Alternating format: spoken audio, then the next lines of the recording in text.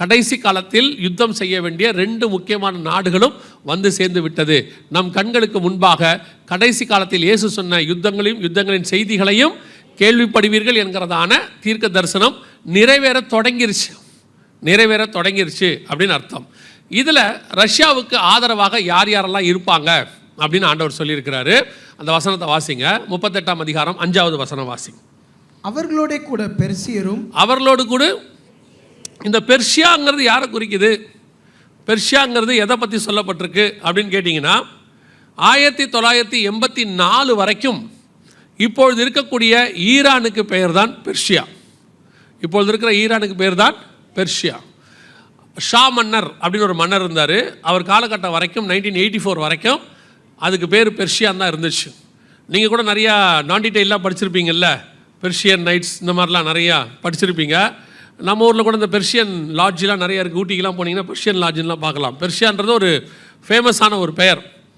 இதை 1984 அயதுல்லா கோமேனிங்கிறவர் புரட்சி ஏற்படுத்தி அந்த பெர்ஷியாங்கிற பேரை மாற்றி ஈரான்னு வச்சார்.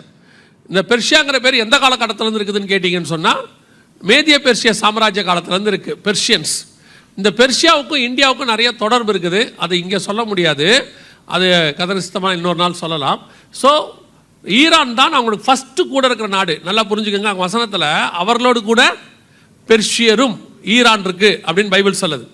என்ன ஆச்சரியன்னா 1984 வரைக்கும் அமெரிக்க சப்போர்ட்டர் நம்பர் 1 யாருன்னு கேட்டிங்கன்னா ஈரான் தான்.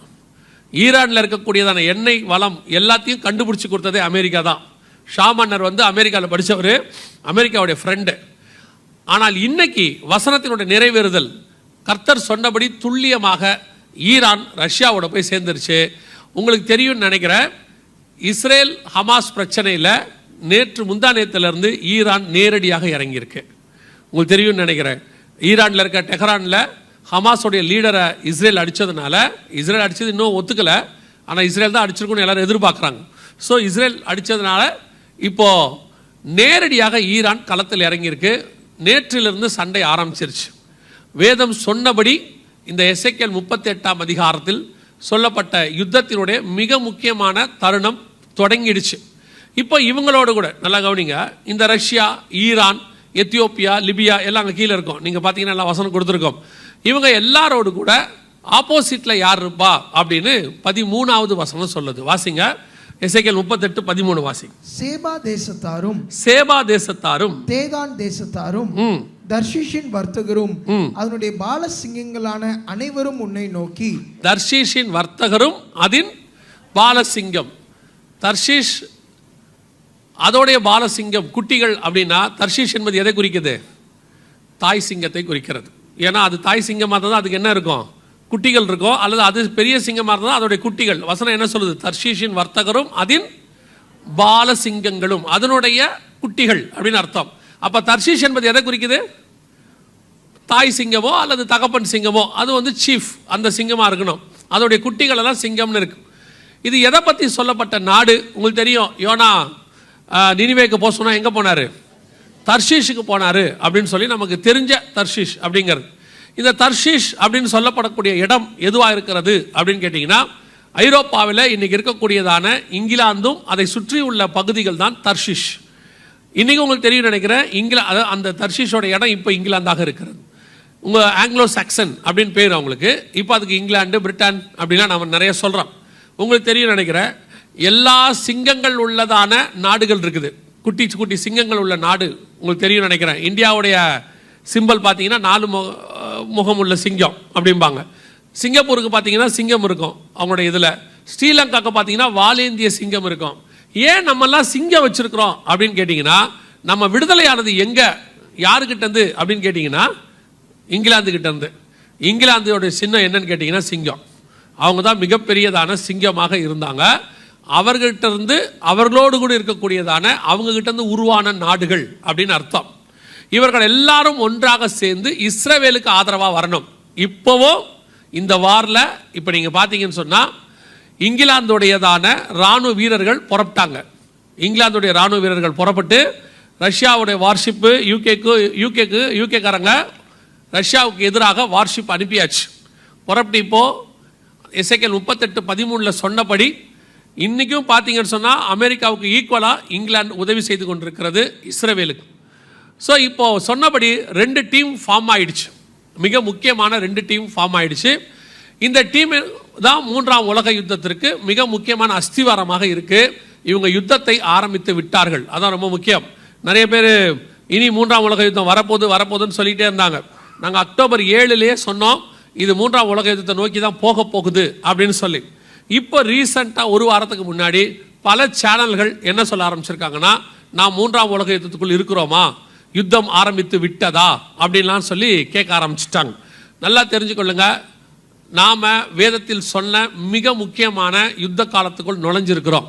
ஆண்டவர் சொன்ன யுத்தங்களின் செய்திகளையும் கேள்விப்படுவீர்கள் என்கிற இடத்துக்கு நம்ம என்ன செஞ்சாச்சு, வந்தாச்சு. இதை கொஞ்சம் ஹிஸ்ட்ரி மாதிரி இருந்தாலும் இந்த தீர்க்க தரிசனத்தை நீங்கள் தெரிஞ்சுக்கணும். ஏன்னா கரண்டாக இப்போ இது போயிட்டு இருக்கு, ஸ்டில் நம்ம இதில் நடுவில் இருக்கிறோம். இப்போ நம்ம கண்ணுக்கு முன்னாடி போயிட்டு இருக்குது.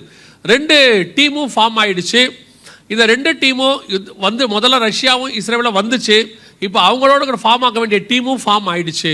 இப்போ இவங்க ஏன் இந்த சண்டையை போட போகிறாங்கன்னு சொல்லி கிட்டத்தட்ட நம்முடைய ஆண்டவர் 2700 வருஷத்துக்கு முன்னாடி காரணங்கள் சொல்கிறார். அதில் 2 முக்கியமான காரணம் இருக்குது. வாசிங்க, எசேக்கியேல் 38:13 வாசிங்க. எசேக்கியேல் 38:13. சேபா தேசத்தாரும் தேதான் தேசத்தாரும் தர்ஷீஷின் வர்த்தகரும் அதனுடைய பாலசிங்கங்களான அனைவரும் உன்னை நோக்கி, ரஷ்யாவை நோக்கி, உன்னை நோக்கி, நீ கொள்ளையிட அல்லவோ வந்திருக்கிறாய்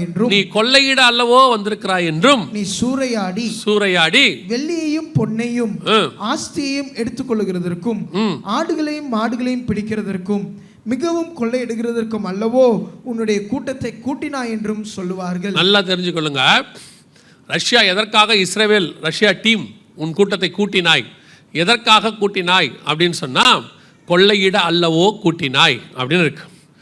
இஸ்ரவேலுங்கிறது இந்த மேப்பில் பாருங்களேன். இந்த இஸ்ரவேல் எவ்வளோ உங்கள் கண்ணுக்கு தெரியுதான்னு மட்டும் பாருங்கள். இந்த மேப்பில் பார்த்தீங்கன்னா இஸ்ரவேல் உங்கள் கண்ணுக்கு தெரியுமான்னு பாருங்கள். ஆனால் மேலே மஞ்சள் கலரில் இருக்கிறது அத்தனையுமே ரஷ்யா. ஏறக்குறைய உலகத்தில் 3ல் ஒரு பகுதி மேலே ஃபுல்லாக இருக்கிறது ரஷ்யா. அதில் இருக்கிறது உங்களுக்கு அதில் இஸ்ரவேலுங்கிறது கீழே இருக்கா பாருங்கள். அந்த கோடு கீழே வந்து ஒரு சின்ன டாட் இருக்கும், அதான் இஸ்ரேல். இவ்வளோ பெரிய நாடு ஏன் இஸ்ரவேலை கொள்ளையடிக்க வரணும், அதான் கேள்வி. ஏன் இஸ்ரவேலை கொள்ளையடிக்க வரணும்? 1918 1990 வரைக்கும் ரஷ்யா மிகப்பெரியதான வல்லரசு.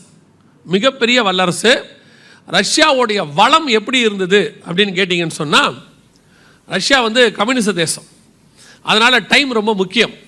அதனால் கவர்மெண்ட் என்ன பண்ணுமா, எல்லா இடத்திலும் ஃபுட் வெண்டிங் மிஷின் அப்படின்னு சொல்லுவாங்க. அதாவது சாப்பாடு சாண்ட்விச் வச்சு, வெஜ்ஜு சிக்கனு எல்லாம் சாண்ட்விச்லாம் வச்சு ஒரு மிஷின் அங்கே இருக்கும், ஒவ்வொரு தெரு முனையிலையும் இருக்குமா. அந்த இடத்துல நின்று ஒரு பட்டன் அமுக்குனா தேவையான சாண்ட்விச் வருமா. Full free. 1920s 30s நடந்த சம்பவம். Full free. காரணம், ஜனங்க வேலைக்கு போகும்போது சமைக்கிறதுக்கு லேட் ஆகக்கூடாதுன்னு அரசாங்கம் இந்த ஏற்பாடை பண்ணிருந்துச்சு. ஆனால் அதில் என்ன பெரிய விஷயம்னா, ரஷ்யன்ஸ் ஜனங்க என்ன பண்ணுவாங்களாம், அதை ரோட்லேருந்து எடுத்து சாப்பிட்றதுக்கு அவமானமாக கருதுனாங்களாம். அரசாங்கம் கொடுக்குற இலவசமாக கொடுக்குறத அதை போய் வாங்கிறது நமக்கு என்னது அவமானம், நம்ம காசு கொடுத்தா நம்ம வாங்கணுன்ட்டு அதை எடுக்கவே மாட்டாங்களாம். 2 நாள் கழிச்சு அதை, ஏன்னா அது எக்ஸ்பைரி 2 நாள் ஆகிடும், 2 நாள் கழிச்சு வந்து பார்த்தா அந்த சாண்ட்விச் அப்படியே இருக்குமா, எடுத்து குப்பையில் கொட்டிட்டு புது சாண்ட்விச் வச்சுட்டு போகுமா கவர்மெண்ட். அந்த அளவுக்கு வளமிக்க நாடு தான் ரஷ்யா. அவ்வளோ தூரம் அவங்க வந்து இருந்தாங்க. ஆனால் 1990 மிகல் கார்பச்சேவ் அப்படின்னு சொல்லி ஒரு பிரசிடென்ட் அங்கே வந்தார். அவர் வந்து ஃபெரஸ்டோரிக்கா அப்படின்னு சொல்லி ஒரு சட்டத்தை கொண்டு வந்தார். வேற ஒன்றும் இல்லை, கம்யூனிசத்தை உடைச்சு மாறின உடனே ரஷ்யா துண்டு துண்டாக போச்சு. யூஎஸ்எஸ்ஆர் இல்லை, ரஷ்யான்னு ஆயிடுச்சு. அதுலேருந்து நிறையா நீங்கள் பார்ப்பீங்க, தஜகிஸ்தான், உஸ்பெகிஸ்தான், இந்த இஸ்தான்லாம் வருது இல்லை, எல்லாம் அவங்ககிட்டருந்து வந்தவங்க தான். உக்ரைன் இவங்கெல்லாம் அங்கேருந்து வந்தவங்க. ஸோ எல்லாம் பிரிஞ்சு போச்சு. ரஷ்யாவுடைய வளமும் போயிடுச்சு. 1990s இந்த 2024 ரஷ்யாவுடைய நிலைமை மிக மோசமான நிலைமை.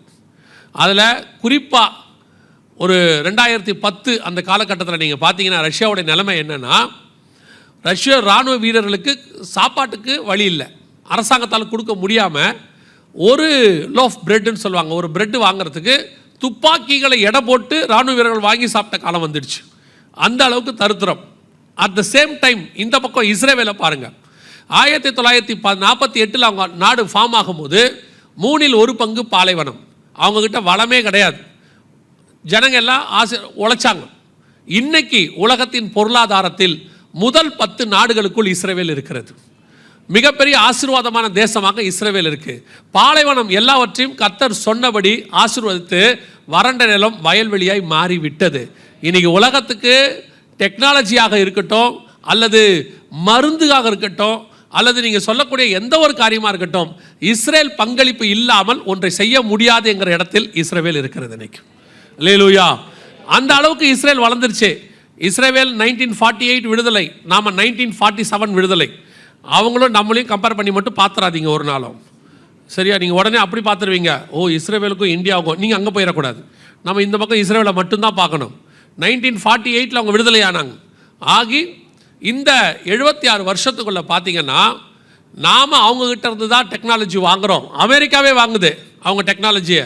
கர்த்தர் யூதனை பற்றி அப்படி தான் சொல்லி வச்சிருக்காரு, உலகத்துக்கு அவன் ஆசீர்வாதமாக இருப்பான். அவன் இன்றைக்கும் உலகத்துக்கு என்னவா இருக்கிறான்? ஆசீர்வாதமாக தான் இருக்கான். ஆனால் நீங்களும் நானும் ஆவிக்குரிய யூதர்கள். நீங்கள் அந்த ஆசீர்வாதத்தை பார்க்கக்கூடாது, நாம் வானத்துக்குரிய ஆசீர்வாதத்துக்குரியவர்களாக இருக்கிறோம். அல்லேலூயா. எவ்வளோ பெரிய யூதனா ஞானம் உள்ளவனாக இருக்கட்டும், ஒரே ஒரு விஷயத்தை மிஸ் பண்ணிட்டான் பாருங்க. இவ்வளோ இருக்குல்ல, ஒன்னே ஒன்று விட்டுவிட்டான். தன்னிடத்தில் வந்த தேவனை, மேசியாவை தேவன் என்று தெரிந்து கொள்ளாமல் விட்டுட்டான். அவ்வளோதான். எவ்வளோ இருந்து என்ன பிரயோஜனம் சொல்லுங்க? ஆனால் நீங்களும் நானும் அவன் அளவுக்கு உலக பிரகாரமாக ஆசீர்வாதமாக இல்லாமல் இருக்கலாம். ஆனால் ஒன்னே ஒன்று தெரிஞ்சு கொண்டோம், இயேசு கிறிஸ்துவை தேவன் என்று நாம் தெரிந்து கொண்டோம். அல்லேலூயா. அதுதான் ஞானவான்களை பைத்தியமாக்கும்படி கர்த்தர் பைத்தியமானவைகளை தெரிந்து கொண்டார். நம்ம இப்போ போட்டி எப்படி போடுறாங்க நம்ம ஆட்கள்னா, இந்த இஸ்ரவேலுக்கெல்லாம் போய் பார்த்துட்டு வராங்க. பார்த்துட்டு வந்தோடனே நம்மளும் யூதர்களை மாதிரி மாறணும்னு. வேண்டாம், நம்ம யூதனை மாதிரி மாற வேண்டாம், நம்ம இயேசு மாதிரி மாறினா போதும். ரோமர் 8:29 அதான் சொல்லுது, குமாரனின் சாயலுக்கு ஒப்பாக இருக்கும்படி அழைத்தார். நம்ம யூத சாயலுக்கு மாற வேண்டாம், இஸ்ரவேல் சாயலுக்கு மாற வேண்டாம். நம்ம ஆட்கள்லே கொஞ்சம் பேருக்கு நான் இஸ்ரவேலில் போய் ஹீப்ரூ படித்தேன், கிரீக் படித்தேன்னா அவங்க கொஞ்சம் பெருமையாக நினச்சிக்கிறாங்க. அது படிக்கிறது ஒன்றும் பெருமை இல்லை, அது ஒரு நாலேஜ், இன்னொரு லாங்குவேஜை கற்றுக்கிட்டாங்க. ஆனால் நீங்களும் நானும் தேவனை தெரிஞ்சுக்கிட்டோம் பாருங்க, அதில் தான் முக்கியமான விஷயமே இருக்குது. இன்னைக்கு யூதர்களுக்கால் தெரிந்து கொள்ள முடியாதது, அவர்களுக்கு மறைக்கப்பட்ட சத்தியம், அவர்களுக்கு மறைக்கப்பட்ட வெளிச்சம் உங்களுக்கும் எனக்கும் கர்த்தர் கொடுத்திருக்கிறார். இருள் இருக்கிற ஜனங்கள் பெரிய வெளிச்சத்தை கண்டார்கள். அல்லேலூயா. அது ஒரு பெரிய ஆசீர்வாதம். ஸோ இன்னைக்கு யூதர்கள் உலக பிரகாரமாக ஆசீர்வாதமாக இருக்கிறாங்க. இப்போ கூட ரீசெண்டாக ஒரு 4 வருஷத்துக்கு முன்னாடி, நான் சொல்கிறது ஒரு 2021-22 அவருடைய கடல் பகுதியில் மிகப்பெரியதான கேஸ் கண்டுபிடிச்சாங்க, நேச்சுரல் கேஸ். அதை எடுத்து தான் இப்போ அவங்க நிறைய சப்ளை பண்ணிகிட்டு இருக்கிறாங்க, வளமிக்கவரெல்லாம் மாறிக்கிட்டு இருக்கிறாங்க. ஸோ அவர்களை கொள்ளையடிப்பதற்கான முகாந்திரம், ஒரு பக்கம் ரஷ்யா குறைவாக போயிட்டுருக்கு, இன்னொரு பக்கம் இஸ்ரேல் ஆசீர்வாதமாக மாறிடுச்சு. இதுதான் ஒரு காரணமாக சொல்லப்படுது. ஆனால் மெயின் காரணம் அது அல்ல, வேறொரு காரியம் அதற்குள்ளே புதைந்திருக்கிறது. என்ன மெயின் காரணம்? வாசிங்க, எசேக்கியேல் 38:8 திருப்பி வாசிங்க பார்ப்போம். அநேக நாட்களுக்கு பிற்பாடு நீ விசாரிக்கப்படுவாய், பட்டயத்துக்கு நீங்களாகி பற்பல ஜனங்களிலிருந்து சேர்த்துக்கொள்ளப்பட்டு வந்தவர்களின் தேசத்தில் கடைசி வருஷங்களிலே வருவாய். நெடுநாள் பாழாய் கிடந்து பிற்பாடு ஜாதிகளிலிருந்து கொண்டு வரப்பட்டவர்கள் எல்லாரும் சுகத்தோടെ குடியிருக்கும் இஸ்ரவேலின் மலைகளுக்கு விரோதமாய் வருவாய். இஸ்ரவேலின் மலைகளுக்கு விரோதமாய் வருவாய். அவர்கள் எல்லாரும் அஞ்சாமல் குடியிருக்கும் போது இஸ்ரவேல் மலைகளுக்கு விரோதமாய் வருவாய் அப்படின்னு. இஸ்ரவேல் பர்வதங்கள் நிறைந்ததான ஒரு தேசம். ஏன்னா ஆண்டவர் சொல்றாரு, எருசலேமை சுற்றிலும் பர்வதங்கள் இருக்குமா போல இது முதல் கொண்டு உன் தேவனாகிய கர்த்தர் உன்னை சுற்றிலும் இருப்பார் அப்படின்னு வசனத்தில் இருக்கு. இஸ்ரவேலை சுற்றி நிறைய மலைகள் இருக்குது, நம்ம எல்லாருக்கும் தெரிஞ்ச விஷயந்தான். இதில் 2 முக்கியமான மலைகளுக்கு விரோதமாகத்தான் இப்போ யுத்தம் ஆரம்பிச்சிருக்கு. இந்த யுத்தம் ஆரம்பித்ததே முதல்ல எந்த மலை அப்படின்னு கேட்டிங்கன்னா, டெம்பிள் மவுண்ட் என்று சொல்லக்கூடியதான, நீங்கள் இப்போ இஸ்ரவேலில் எருசலேமில் பார்க்கக்கூடியதான, இஸ்ரவேல்னு பார்த்தாலே ஒரு எருசலேமின்னு போட்ட உடனே உங்களுக்கு பார்த்தீங்கன்னா ஒரு கோல்டன் கலரில் இருக்க மாஸ்க் இருக்கக்கூடியதான ஒரு சிட்டி தெரியும். எல்லோரும் நம்ம வீடுகளில் கூட அதை வச்சுருக்கிறோம். நிறைய பேர் வச்சுருப்பாங்க, நான் இல்லை, நிறைய பேர் வச்சுருப்பாங்க. அந்த ஒரு சிட்டியை ஒன்று வச்சுருப்பாங்க. என்னன்னு கேட்டால், எருசலேமை ஆண்டவர் ஒலிவ மலையிலேருந்து பார்த்த அந்த இடத்த அவங்க மென்ஷன் பண்ணி வச்சுருப்பாங்க. ஸோ அந்த மிக முக்கியமான அந்த மாஸ்க் இருக்கிற இடம் எங்கன்னு கேட்டிங்கன்னா, டெம்பிள் மவுண்ட் அப்படிங்கிற இடத்துல தான் இருக்குது. இந்த டெம்பிள் மவுண்ட்டுக்கான சண்டை தான் இப்பொழுது ஆரம்பிச்சிருக்குது. அல்லக்ஸா மாஸ்க் இருக்கிற இடத்த எடுக்கணும் அப்படின்னு சொல்லி ஹமாஸ் விரும்புகிறாங்க. அந்த இடத்த கொடுக்க மாட்டோம்னு சொல்லி இஸ்ரவேல் சொல்லுது. காரணம் என்னன்றதை நேற்று பார்த்தோம், ஒருவேளை நேற்று வராதவங்களுக்கு நான் சொல்கிறேன். அந்த டெம்பிள் மவுண்ட் இருக்கிற அந்த இடம் ஈசாக்கை பலியிட ஆபிரகாம் கொண்டு போன இடம், அது தாவீது காசு கொடுத்து ஓர்னான்கிட்ட வாங்கின இடம், அங்கே சாலமோன் தேவாலயம் கட்டின இடம். அந்த இடத்தில்தான் அவர்கள் 10ஆம் நூற்றாண்டில், இயேசு கிறிஸ்துவுக்கு பிறகு 1000 வருஷம் கழிச்சு 10ஆம் நூற்றாண்டில் அந்த மாஸ்க் கட்டப்பட்டது. அதுக்கு முன்னாடி ஒரு 900 வருஷத்துக்கு முன்னாடி கிபி 70 அந்த தேவாலயத்தை ரோமர்கள் இடிச்சு போட்டாங்க. டைட்டஸ் அப்படின்னு சொல்லக்கூடிய தீத்துராயன் அப்படின்னு சொல்கிறவர் தான் அதை இடிச்சு போட்டார். ஸோ அதுக்கப்புறம் 900 வருஷம் அங்கே ஒன்றுமே இல்லை, வெறும் இடமாக அது இருந்துச்சு. கர்த்தர் சொன்னபடி அது வனாந்தரமாய் மண்மேடாய் மாறிடுச்சு. ஸோ அந்த இடத்தை 10ஆம் நூற்றாண்டில் ஒரு மாஸ்க் கட்டப்பட்டது. இந்த ஒரு கட்டி 1000 வருஷம் ஆயிடுச்சு. இப்போ 2000வது வருஷம் அதை இஸ்ரவேல் கையிலிருந்து எடுக்கணும்னு அவங்க சொல்கிறாங்க. ஏன்னா எங்கள் மாஸ்க் இருக்குது, அந்த மலை எங்களுக்கு வேணும்னு அவங்க சொல்கிறாங்க. இல்லை, இது ஆபிரகாம் காலத்திலேருந்து எங்கள் மலை, இது எங்களுக்கு வேணும் அப்படின்னு இவங்க சொல்கிறாங்க. ஸோ இவங்க 2 பேரும் சேர்ந்து தான் அந்த மலைக்கு விரோதமாய் நீ வருவாய் என்கிறதான தீர்க்க தரிசனம். நல்லா கவனிச்சுக்கொள்ளுங்க. இந்த வசனம் சொல்லப்படுற காலகட்டத்தில் தேவாலயம் இடிக்கப்பட்டு விட்டது. யார்? முதல் தேவாலயத்தை நேபுகாத்நேச்சார் இடிச்சிட்டார். அதுக்கப்புறம் தான் எசேக்கியேல் தீர்க்க தரிசனம். அந்த காலகட்டத்தில் சொல்லப்படுது, மலைக்கு விரோதமாய் ஒரு யுத்தம் தொடங்கும், இஸ்ரவேல் மலைகளுக்கு விரோதமாய் நீ வருவாய். யோசிச்சு பாருங்க, எவ்வளவு துல்லியமா இன்னைக்கு மலைக்கு தான் இந்த யுத்தம் ஆரம்பிச்சிருக்கு. அக்டோபர் 7 அந்த நாங்கள் எடுப்போன்னு சொல்லி. ஸோ சொல்லப்பட்ட 2வது மிக முக்கியமான காரணம் அந்த மலைக்கு. இன்னொரு மலை இப்போ நேற்றுலேருந்து அவங்க ஆரம்பிச்சிருக்கிறாங்க யுத்தம். எங்கன்னு கேட்டிங்கன்னா கோலன் ஹைட்ஸ் அப்படின்னு சொல்லுவாங்க. சிரியா பார்டரில் இருக்கக்கூடியதான இஸ்ரவேலுடைய எல்லை. பல நேரங்களில் உங்களுக்கு ஒரு உண்மை தெரிஞ்சுக்கணும். பல நேரங்களில் இந்த இஸ்ரவேல் அப்படிங்கிறது என்ன, எவ்வளோதான் அவங்க இடம், அவங்க மீடியாலலாம் சொல்லும் போது உங்களுக்கு என்ன சொல்லுவாங்கன்னா, அவங்க பாலஸ்தீனர்களை வந்து துரத்திட்டு அவங்கள அகதியாக்கிட்டு அந்த இடத்த இவங்க பிடிச்சிக்கிட்டாங்க அப்படின்னு சொல்லுவாங்க. நான் உங்களுக்கு சில வசனங்களை மட்டும் சொல்கிறேன், அதுக்கப்புறம் நீங்கள் புரிஞ்சுக்கோங்க விஷயம் என்னன்னு. ஆண்டவர் ஆபிரகாமுக்கு வாக்கு தத்தம் பண்ணின வசனத்தை வாசிங்க. ஆதியாகமத்தின் புஸ்தகம் 15ஆம் அதிகாரம் கடைசி 2 வசனத்தை வாசிங்க. ஏத்தியரும் பெரிசியரும் ரெப்பாயீமியரும் எமோரியரும் கானானியரும் கிர்காசியரும் எபூசியரும் என்பவர்கள் இருக்கிறதுமான இந்த தேசத்தை உன் சந்ததிக்கு. அதுக்கு முன்னாடி உள்ள வசனத்தை வாசிங்க. அந்நாளிலே கர்த்தர் ஆபிரகாமோடு உடன்படிக்கை பண்ணி எகிப்தின் நதி துவக்கி ஐப்ராத் நதி என்னும் பெரிய நதி மட்டும் உள்ளதும் கேனியரும். இப்போ நல்லா கவனிங்க, 2 எல்லைகளை ஃபிக்ஸ் பண்றாரு. இந்த இடத்த நீங்க நல்லா கவனிச்சு பாருங்க. இதுல கர்த்தர் கொடுத்ததான மேப் இதுல இருக்கு. அவங்களுக்கு எதை ஆண்டவர் வாக்கு பண்ணாரு அப்படின்னு இருக்கு. இதுதான் அவங்களுக்கு பண்ண வாக்கு தத்தம். இந்த வாக்கு தத்தத்தை அவங்க சுதந்திரிக்கணும்னா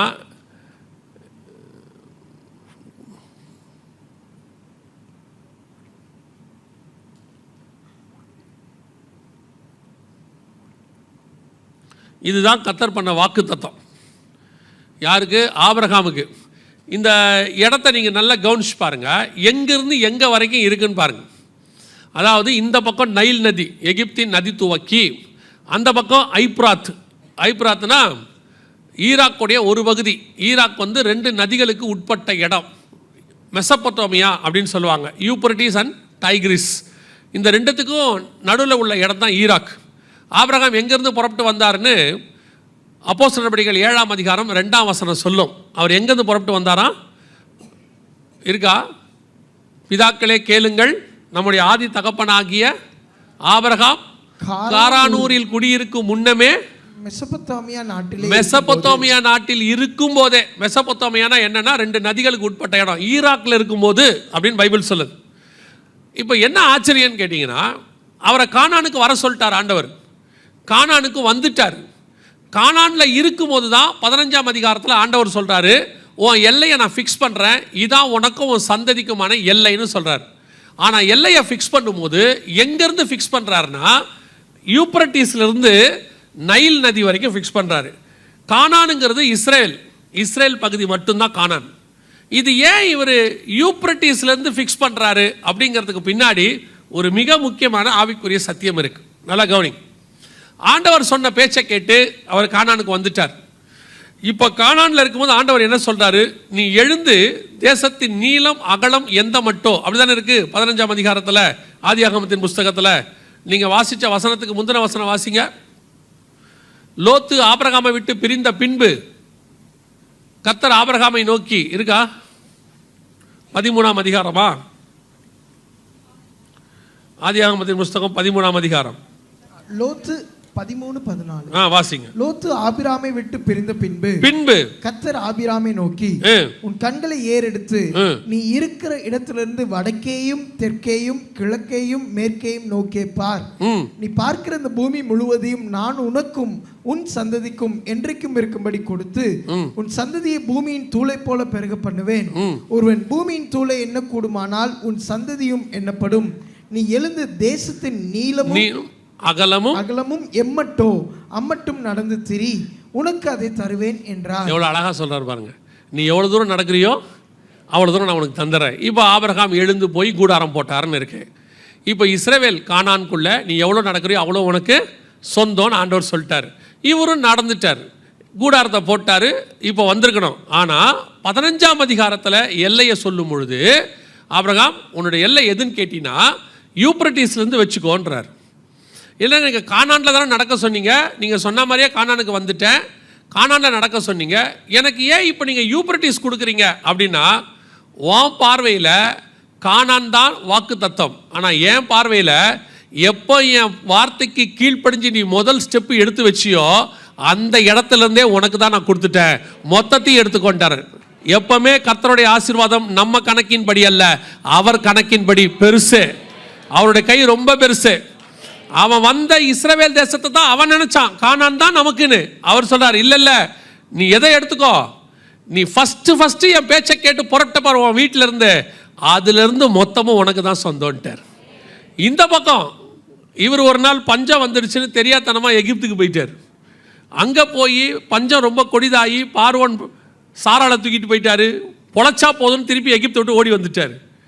இவர் என்ன சொல்லிட்டாரு, நீ தெரியாம ஒரு இடத்துக்கு போனல்ல எகிப்து, அதையும் வச்சுக்கோன்ட்டார். என்ன ஆண்டவரே, கானான் தானே சொன்னீருங்க, கானான் தான் சொன்னேன், ஆனால் நீ என்னால் ஆசீர்வதிக்கப்பட்டவன், உன் பாதம் எங்கெங்கெல்லாம் பட்டுச்சோ அத்தனையும் உனக்கு தான் சொந்தம். அவ்வளோதான். நம்ம ஆண்டவர் நம்மளை எப்படி ஆசீர்வதிக்கிறார் பாருங்க. நாம் இந்த ஆண்டவரை வச்சுக்கிட்டு ஒரு 1200 ஸ்கொயர் ஃபீட் கிடைச்சா போதும் ஆண்டவரே என் வாழ்க்கையில், அதை பார்த்துட்டு நான் செத்துறேன். ஆண்டவர் கேட்பார், உனக்கு எத்தனை 1000 ஸ்கொயர் ஃபீட் கொடுத்தாலும் நீ 1200லேயே இருக்கியப்பா, ஒரு 2400 கிடைச்சா போதும், என் வாழ்க்கையில் என் கண்ணால் பார்த்துட்டு சாகணும். ஆண்டவர் சொல்கிறார், ஐயோ நான் உனக்கு வச்சிருக்கிற ஆசீர்வாதம் பூமியில் இல்லை, வானத்தில். இந்த பூமியை விட பல 1000 கோடி மடங்கு பெருசு. அந்த வானத்தில் பரலோகத்தில் சிங்காசனத்தில் ஏன் கூட உட்கார வச்சுக்கிறேன்னு உன்னை கூப்பிட்டா, நீ இந்த ரோடு முனையில் ஆள் போகிறதுக்கு வழி இல்லாத ஒரு தெருவில் இருக்கிற அந்த மூலையில் இருக்கிற லேண்டை கேட்டுக்கிட்டு நிற்கிற, உன்னை என்ன சொல்ல அப்படின்னு ஆண்டவர் நினைப்பார். நான் எப்பவுமே நினச்சிப்பேன், ஆண்டவர் பரலோகத்தில் பெரிய டேபிள் போட்டு நல்லா விருந்து ரெடி பண்ணி வச்சுட்டு உட்காந்துருக்கும் போது தூதர்கள் கேட்பாங்க, ஏன் ஆண்டவரே விருந்து ஸ்டார்ட் பண்ணலையா? கற்பனை, நான் அப்புறம் எம்டி ஜெகன் பரலோகத்துக்கு போனார்னு சொல்லிடாதீங்க. ஏன்னா இப்போ அது வேற பெரிய பிரச்சனையாக இருக்குது. எதையாவது சொன்னோம்னா அவர் பரலோகத்துக்கு போயிட்டு வந்தாருங்கிறிய, இதுதான் சாக்குன்னு அவங்களும் ஆமான்னுறாங்க. அதனால் நல்லா கவனிங்க, இது என்னுடைய சும்மா கற்பனை. பெரிய டேபிளில் எல்லாத்தையும் ஆண்டவர் வச்சுட்டு அப்படியே தூதர்கள் பார்த்து கேட்பாங்க, ஆண்டவரே இவ்வளோ ரெடி ஆயிடுச்சு, சாப்பிட்லையா? 2 விஐபிஸ் கொஞ்சம் பேர் வர வேண்டியிருக்கு, அவங்களுக்கு தான் வெயிட் பண்ணிகிட்டு இருக்கோம். யாருப்பா? இல்லை, இந்த மதுரையில் குட் சமாரிட்டன் சர்ச்சிலேருந்து கொஞ்சம் பேர் வர வேண்டியிருக்கு, அவங்களுக்காக தான். இருங்க, நான் இன்னும் முடிக்கலையே, அதுக்குள்ளேயே தட்டிட்டீங்களே. நீங்கள் என்னை நம்பி கையெல்லாம் தட்டக்கூடாது, புரியுதா? முடிக்கிற வரைக்கும் தட்டாதீங்க. இதெல்லாம் அவங்களுக்கு தான் வச்சுருக்கிறோம், அவர்கள் வந்த பிறகு தான் நம்ம இதை ஆரம்பிக்கணும்னு சொல்லிட்டு அப்படின்னு உடனே அந்த தூதர்கள்லாம், அப்படியா இவ்வளோ பெரிய விஐபிஸா, மதுரையிலையா, குட் சமாரிட்டன்லையா, அப்படி எட்டி கீழே பார்த்தா அவன் கீழே ஒரு சிக்கன் லெக் பீஸுக்கு சண்டை போட்டுக்கிட்டு இருக்கிறான். டேய் எனக்கு ஏன்டா லெக் பீஸ் கொடுக்கலன்னு. இப்போ தூதன் எப்படி மண்டையில் அடிச்சுப்பான் பாருங்க. அட பாவி, உனக்கு மேலே எவ்வளோ பெரிய ஆசீர்வாதத்தை ரெடி பண்ணிட்டு நாங்கள் உட்காந்துருக்கோம், கீழே ஒரு சிக்கன் பிரியாணிக்கு சண்டை போட்டுக்கிட்டு இருக்கிற, ஒரு BMW காருக்கு சண்டை போட்டுக்கிட்டு இருக்கிற, பக்கத்து வீட்டுக்காரங்கிட்ட செவுரு ஏன்டா எக்ஸ்ட்ராவாக கட்டிட்டேன்னு சண்டை போட்டுக்கிட்டு இருக்கிற, உன்னை என்னத்தை சொல்ல அப்படின்னு அவங்க அடிச்சுப்பாங்க. இப்போ கை தட்டுங்க. இல்லை, பல நேரத்தில் பரலோகம் நமக்கு நியமித்து வச்சிருக்கிற ஆசீர்வாதத்தை கணக்கு பண்ணிங்கன்னா இந்த பூமியும் அதன் நிறைவு கூட பத்தாது. கர்த்தர் அவ்வளவு ஆசீர்வாதங்களை உங்களுக்கும் எனக்கும் ஆண்டவர் நியமித்து வச்சிருக்கிறார். நான் அந்த ஆபிரகாமுடைய இந்த பார்டரை நினைக்கும் போதெல்லாம் யோசிப்பேன், அவன் கற்பனையில் கூட நினச்சிருக்க மாட்டான். அவன் கிளம்பி கானானுக்கு போகிறான். அங்கே போய் தான் ஆண்டவரே கேட்குறாரு, ஆபிரகாம் ஆண்டவரே எனக்கு இந்த தேசத்தை தருவீங்களான்னு. எழுந்துச்சு நட தரேங்கிறாரு. 75 வயசில் எழுந்துச்சு நடக்கிறாரு. எவ்வளோ தூரம் நடந்திருக்க போகிறார்? 75 வயசு கிழமை எவ்வளோ தூரம் நடந்திருப்பார்? அவர் நினச்சிருப்பார் இவ்வளோ நடந்திருக்கோம், கர்த்தர் இதை கொடுத்தா தோத்துறோன்னு. ஆண்டவர் சொல்கிறார், இது இல்லை, முதல்ல எனக்கு கீழ்ப்படிஞ்ச பாரு, அதையுமே நான் கணக்கில் வச்சுக்கிட்டேன். நாம் நினைக்கிறோம் இன்றைக்கி ஆண்டவர் ஆசீர்வதிக்க போகிறாரு, இனிமேட்டு தான் கொடுக்க போகிறாருன்னு. என்னைக்கு நீங்கள் ஆண்டவரை முதலாக ஏற்றுக்கொண்டீர்களோ அந்த நாளிலிருந்து கர்த்தர் உங்களுக்கு ஆசீர்வாதத்தை கணக்கில் வச்சிருக்கிறாரு. முடிவு பரியந்தம் அதை தருவதற்கு அவர் வல்லமை உள்ள தேவனாக இருக்கிறார். அல்லேலூயா. இப்போ இந்த இடத்த இஸ்ரவேல் எடுக்கணும்னா என்ன ஆகும் பாருங்க. நினச்சி பாருங்க, இந்த இடத்த எடுக்க முடியுமான்னு. இதில் ஒரு பார்ட் கூட தொட முடியாது இஸ்ரவேலால். இவ்வளவும் கர்த்தர் வாக்கு பண்ணினது. இப்போது இந்த மலைகளுக்கு விரோதமாய் வருவாயின்னு இருக்கு இல்லையா, ஆபிரகாமுக்கு வாக்கு பண்ணினது இவ்வளவும். ஆனால் இதில் உள்ள ஒரு மலை தான் அந்த மலை, இந்த கோலன் ஹைட்ஸ் அப்படின்னு சொன்ன பாருங்க, 2வது மலை. அது எங்கே இருக்குன்னா மேலே சிரியா இருக்குது பாருங்க, அந்த சிரியா பார்டரில் தான் இருக்குது கோலன் ஹைட்ஸ். இப்போ நீங்கள் இன்னொரு விஷயத்தை பார்த்துக்கிட்டே இருப்பீங்க, ஹமாஸை தாண்டி லெபனானுக்குள்ளே நுழைஞ்சிருச்சு இஸ்ரவேல் இல்லையா.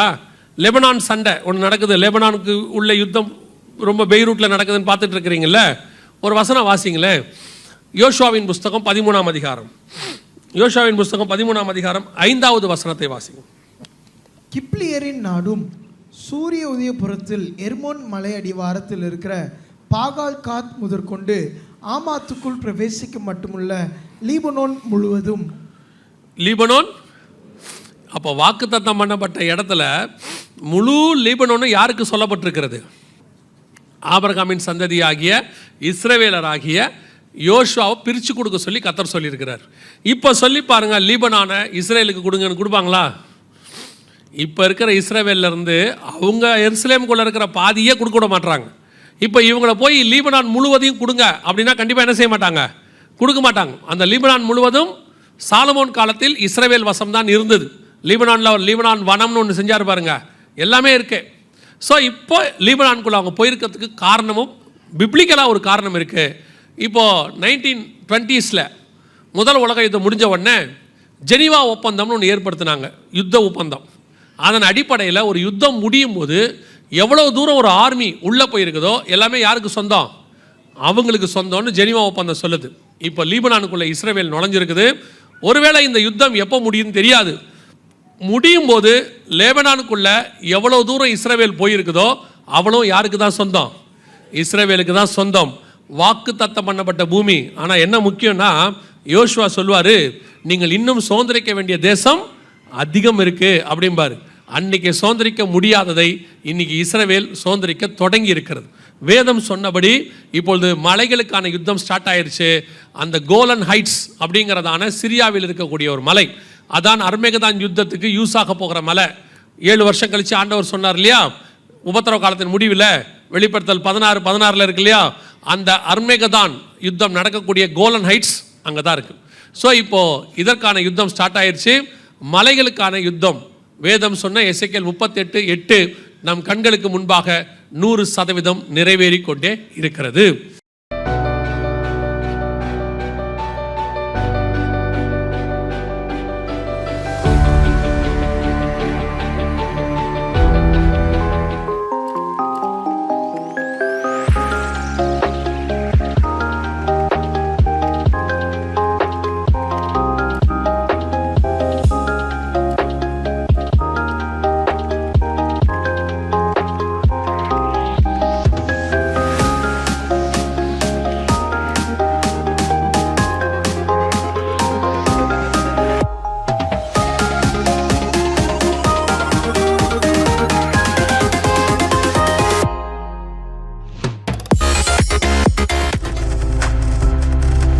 நீங்கள் பார்த்துக் கொண்டிருப்பது உங்கள் ஜாய் டிவி. உங்கள் துக்கம் சந்தோஷமாய் மாறும்.